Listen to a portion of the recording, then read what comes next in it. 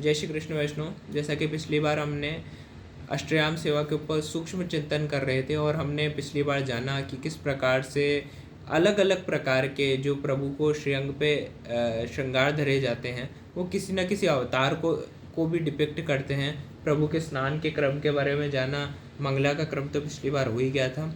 उसके बाद हमने लास्ट बार ये जाना था कि हम अगली बार के सत्संग की शुरुआत करेंगे प्रभु के अंजन की सेवा से।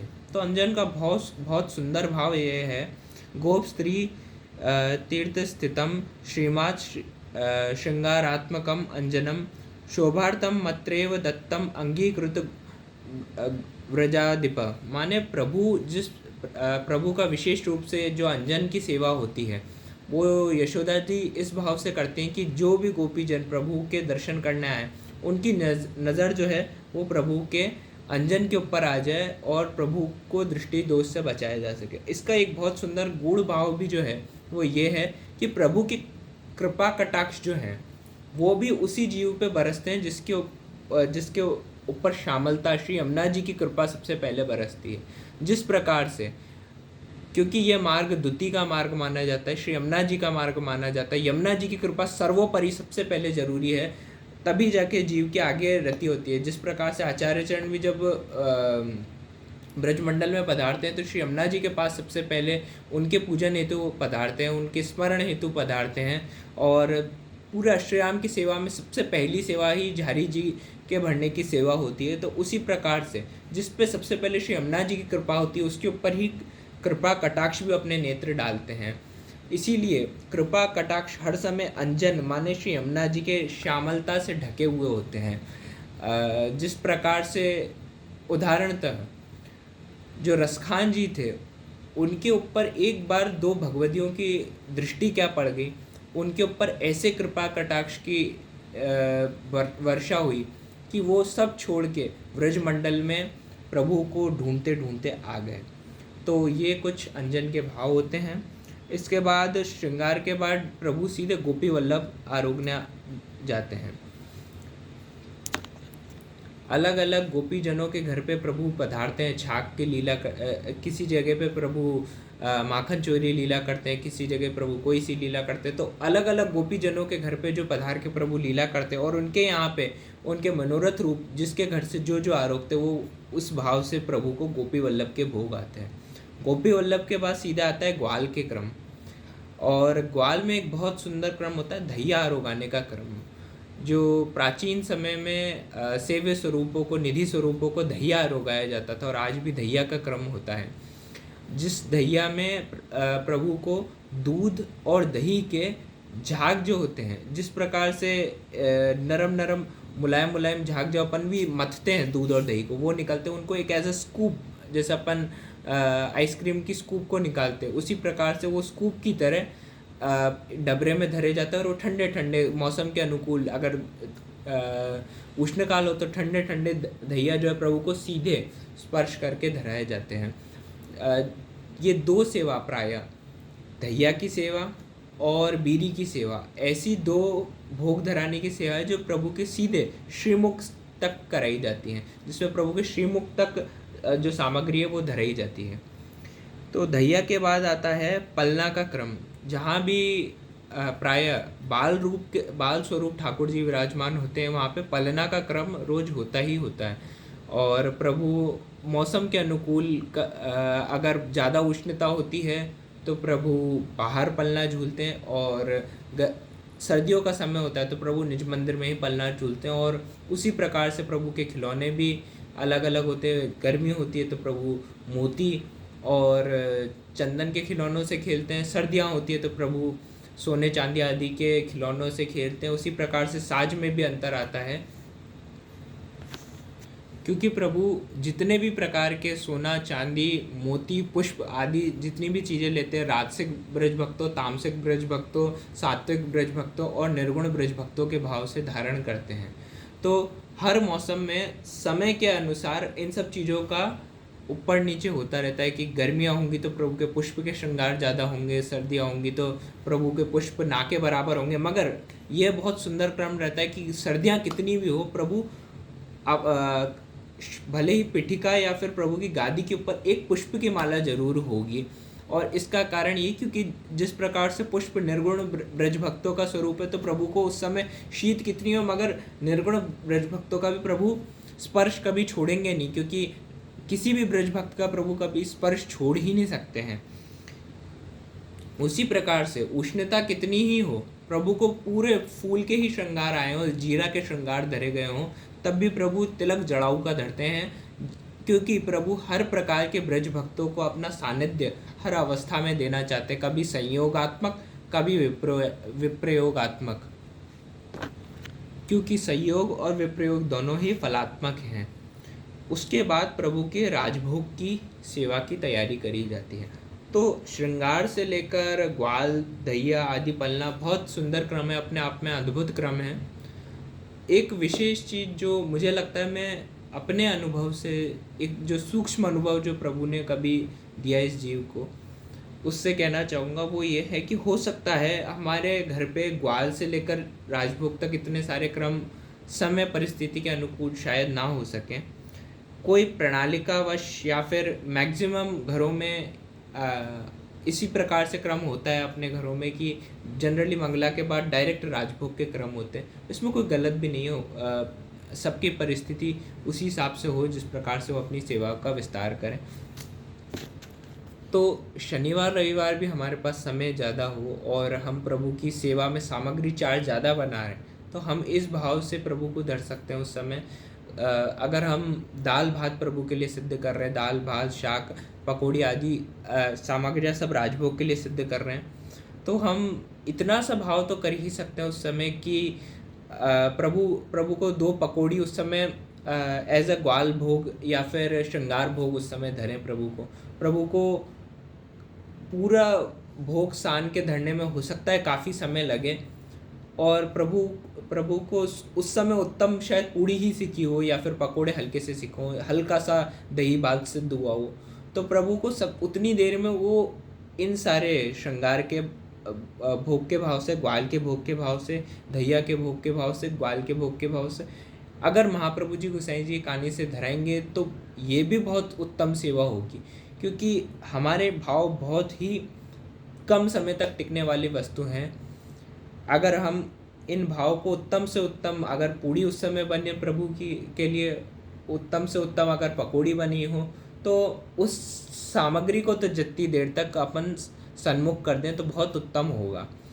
क्योंकि राजभोग के समय क्रम करें वो तो बहुत उत्तम व्यवस्था है, मगर उससे पहले भी प्रभु को अगर हम ऐसी कोई सामग्री अगर अवकाश हो तो धर दें, बहुत सुंदर ये व्यवस्था हो सकती है। तो आगे आते हैं राजभोग के क्रम में। तो राजभोग के समय प्रभु के सन्मुख सारी सामग्रियाँ धरी जाती हैं अलग अलग प्रकार के डबरों में, और ये सब डबरे जो हैं गोपी जनों के श्रीहस्त की अंजलियाँ मानी जाती हैं। एक एक अंजलि में किसी में बूरा होता है, किसी में दही होता है, किसी में पकौड़ी होती है, किसी में शाक होता है, किसी में दाल होती है, किसी में भात होता है। जिन अंजलियों से प्रभु को ब्रजभक्त अपने हाथों से खिलाते हैं, कोई चीज़ रोहिणी जी अपने हाथ से खिलाती हैं प्रभु को, कोई चीज़ यशोदा जी अपने हाथ से, कोई नंदराय जी आदि समस्त गोपी जन जो हैं एक एक सामग्री प्रभु को प्रेम पूर्वक आरोगाते हैं।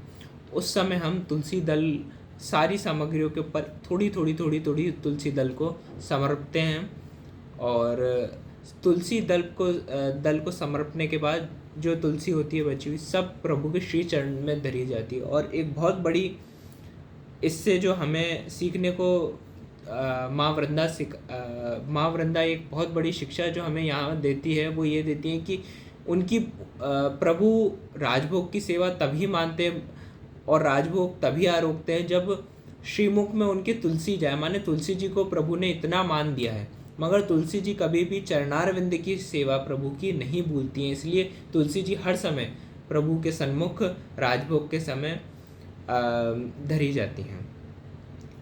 आगे राजभोग प्रभु महाप्रभु जी गोसाई जी, सप्तात्मज गोपीनाथ जी गोसाई जी एवं गोपीजनों के भाव से कानी देकर बाहर आया जाता है और राजभोग प्रभु आरोगे ऐसी भावना करी जाती है। इसके बाद प्रभु के जैसा हमने पहले भी चर्चा करी थी कि प्रभु जब भोग पूरे सड़ जाए, और एक बहुत सुंदर चीज़ कि जब भी प्रभु को हम राजभोग धरें आदि सारे भोग धरें, उस समय जो भी सामग्री हम प्रभु को धर रहे हो, सबकी कटोरी या फिर जो भी डबरा है और थाली है, उनके ऊपर हल्का सा अपना हाथ रख के प्रभु को इशारा करें कि ये सामग्री प्रभु आपकी कृपा से गोपीजनों की कहानी से सिद्ध हुई है। इन सारी सामग्रियों को आप एक बार कृपा करके आरोगें। और जब प्रभु राजभोग आरोग लें, उसके बाद प्रभु के खंड पाठ सजाने की सेवा एवं खिलौने सजाने की सेवा होती है। और ये एक एक खिलौने के पीछे अद्भुत भाव छुपे हैं। गाय जो है वो भक्ति के स्वरूप से प्रभु के सन्मुख धरी जाती है। मोर जो है वो मुक्ति के स्वरूप से प्रभु के सन्मुख धरा जाता है। जो हंस है वो ज्ञान के स्वरूप से प्रभु के सन्मुख धरा जाता है। शुक तोता जो स्वामी जी को बहुत प्रिय माना जाता है, वो विद्या के स्वरूप से धरा जाता है। बंदर जो है, जो बहुत सी बार प्रभु को छाक आदि लीला में भी धरा जाता है, वो मन का स्वरूप माना जाता है, क्योंकि मन हर समय बंदरों की तरह भागता रहता है। जो सिंह, व्याघ्र और गज आदि जो जीव हैं, जो जनरली खंड पाठ के सबसे नीचे धरे जाते हैं, वो हमारी राजस वृत्तियाँ जितनी भी हैं उनके स्वरूप से प्रभु को धरे जाते हैं। तो एक जीव जो खिलौने के तरह प्रभु के सन्मुख धरा जाते हैं, वो हमारी राजसिक वृत्तियाँ, हमारे भक्ति, हमारी मुक्ति है, जिसको प्रभु के सन्मुख धरा जाता है कि आप इन सब से खेलें। इसके बाद तो चौपड़, छड़ी और गेंद होती है, वो प्रभु को तामस वृत्ति के भाव से धरी जाती है। विशेष रूप से गर्मियों में प्रभु के सामने यमुना जी के थाल आता है, और इन यमुना जी के थाल में जो जलचर होते हैं, इनकी भी बहुत ही सुंदर भावना होती है। जो बक होता है, जिस प्रकार से प्रभु ने बकासुर का वध करा था, वो हमारे अहंकार का स्वरूप होता है। जो मीन होती है, मछली, वो मन का स्वरूप होनी चाहिए, क्योंकि मीन कभी सोता नहीं है, पानी में हर समय रहता है मगर सोता है। उस प्रकार से हमारा मन कभी सोना नहीं चाहिए अगर हमें भक्ति मार्ग में रहना है तो। मकर जो होता है वो काम क्रीड़ा का स्वरूप होता है। जो कश्यप होता है, जिसे टर्टल कहते हैं हम, वो फ्लेक्सिबिलिटी का स्वरूप, समय के अनुसार बदलने की जो प्रक्रिया होती है उसका स्वरूप होता है। जिस प्रकार से हमारे जो भाव हैं वो हर समय, चाहे व्यवस्था बढ़े चाहे व्यवस्था घटे, हमारे भाव में कभी अंतर नहीं आना चाहिए, और भाव हर समय सुरक्षित रहने चाहिए। जिस प्रकार से एक कश्यप जो है खुद की सुरक्षा के लिए खुद को, अगर कोई भी बाहरी आपदा आती है, खुद को सिकोड़ के अपने छोटे से सीप जैसे और शंख जैसे शरीर के अंदर छुपा लेता है, उसी प्रकार से हमें हमारे सारे भाव जो हैं वो कश्यप के भांति रखने चाहिए। उसी के बाद जो अलग अलग प्रकार के शतरंज, चौपड़ और वाघ बकरी होते हैं, उनके भी अलग अलग भाव होते हैं, जिनकी चर्चा अब हम करते हैं। जो चौपड़ होता है उसमें जो 16 गोटियाँ होती हैं वो 16 कलाओं के भाव से होती हैं। जो गोटियाँ होती हैं वो 16 होती हैं, उसमें 9 भक्तों के भाव से होती हैं, 3 जो हैं वो सत, चित्त और आनंद के भाव से होती हैं, 4 जो गोटियाँ हैं वो विभव, अभव, संचारी एवं निर्गुण के भाव से होती हैं। जो पासा है वो 3 पासे जनरली धरे जाते हैं, उस पर धीर, अधीर और धीराधीर, इन 3 भावों से धरे जाते हैं। जो उनके ऊपर डॉट्स होती हैं उनका सम कुछ इस तरीके से कैलकुलेट करके रखा जाता है कि 14 उसका सम हो। तो 6 जो है वो धर्म का स्वरूप होता है, 1 धर्मी का स्वरूप, 5 महाभूत का स्वरूप, 1 जीव का और 1 परमात्मा का स्वरूप होता है।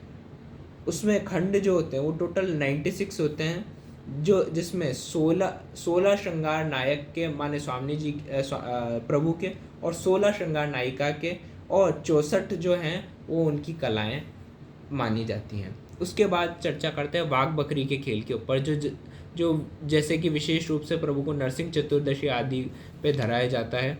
और प्रभु जब राजस प्रकार के श्रृंगार, जिस प्रकार से टिपारा वगैरह धरते हैं, तब भी प्रभु को वाघ बकरी विशेष रूप से धराया जाता है। वाघ बकरी की चर्चा करते हैं तो वाघ बकरी में 20 बकरियां होती हैं और 4 व्याघ्र माने सिंह होते हैं। उसमें जो बकरी होती हैं उनमें से 9 बकरियां जो है वो भक्त का स्वरूप मानी जाती हैं। 9 भक्त माने सात्विक, सात्विक राजसिक, सात्विक ताम, ऐसे करके जो 9 भेद माने जाते हैं वो 9 भक्तों के भेद। एक जो है वो 10 इंद्रियों का स्वरूप माना जाता है।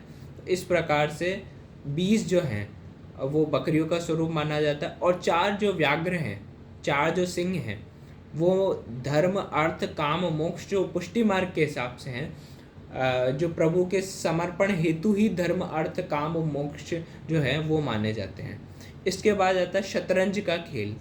शतरंज के खेल में 32 जो हैं वो गोटियां जो जिस प्रकार से धरी जाती हैं उसमें 16 जो हैं वो श्रृंगारात्मक होती हैं स्वामी जी के, और 16 जो हैं वो ठाकुर जी के श्रृंगारात्मक होती हैं।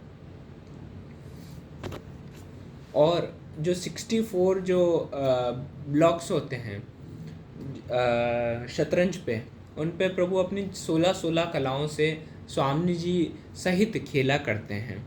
इसमें जो राजा है और जो दो जो राजा हैं वो कहीं ना कहीं दृष्टा का स्वरूप होते हैं, क्योंकि राजा जनरली खेलता नहीं है। और जो 2 रानी होती हैं वो कर्ता का स्वरूप होती हैं।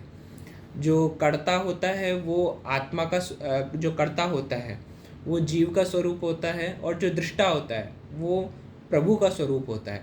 मगर इनके बीच में बहुत सुंदर तारतम्य ये है कि जिस प्रकार से खेल का अंत हर समय तभी होता है जब जो राजा होता है वो किसी भी पार्टी का हार जाता है, और राजा भले ही दृष्टा होता है मगर फिर भी इसलिए ऐसा होता है कि जब हमारी भक्ति अगर शांत हो गई तो हमारे जो खेल है शतरंज का वो ख़त्म हो जाएगा, और हम हमारी भक्ति को आगे लेकर से ले गए तो हम शतरंज के खेल में आगे जाएंगे। तो अगली बार प्रभु को इसी विनती के साथ दंडवत करा जाता है, और प्रभु की राजभोग आरती होती है। उसके बाद प्रभु की जो अनौसर की सेवा है उसके लिए प्रभु को नमन करके उत्थापन के अगले क्रम के लिए जाया जाता है, जिसकी चर्चा हम अनौसर के बाद की जितनी सेवा होती है उत्थापन वगैरह की वो हम अगली बार की श्रृंखला में लेंगे। जय श्री कृष्ण।